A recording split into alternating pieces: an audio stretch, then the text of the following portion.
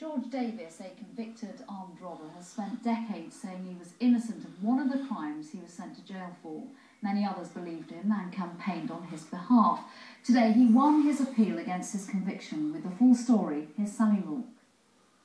To say he built up a thirst would be something of an understatement. For this particular toast, he's waited 37 years. George Davis fought a conviction for armed robbery through the media spotlight, from the 70s until today, when it was finally quashed.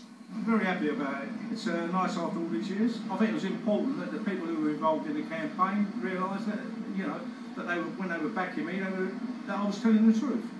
This building in Ilford is where it all began back in 1974. George Davis was jailed for an armed robbery here at the London Electricity Board's offices, but he always denied it, and a campaign to free him was born, involving family, friends, the rich, the famous, and a series of stunts. They included the destruction of the test match pitch in Leeds in 1975 by his supporters as we were poised to win the Ashes. His friend Peter Chappell, who was jailed for his campaign antics, even crashed his lorry into the gates of Buckingham Palace. And you regret it or not? No, not 1 minute. It was the finest time of my life.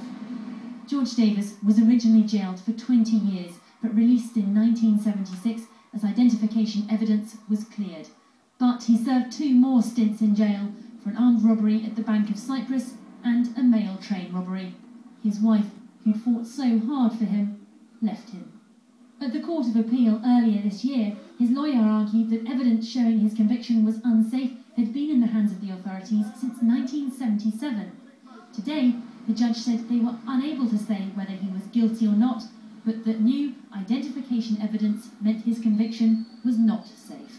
A lot of people went a long way to help you with this campaign. What's your reaction to them today? Oh, I mean, it's the first time I'm out publicly being able to thank them, and which is great. Do you think life would have been a little easier for you if you hadn't gone on to commit another crime? Well, I don't know. How are you going to celebrate tonight, George? I'm just going to go over and take my good friend Peter Chappell over and buy him a bottle of champagne. And that's exactly what he did, drinking to the end of their near 4-decade fight. Sally Rourke, London Tonight at the High Court. Next tonight, do you feel like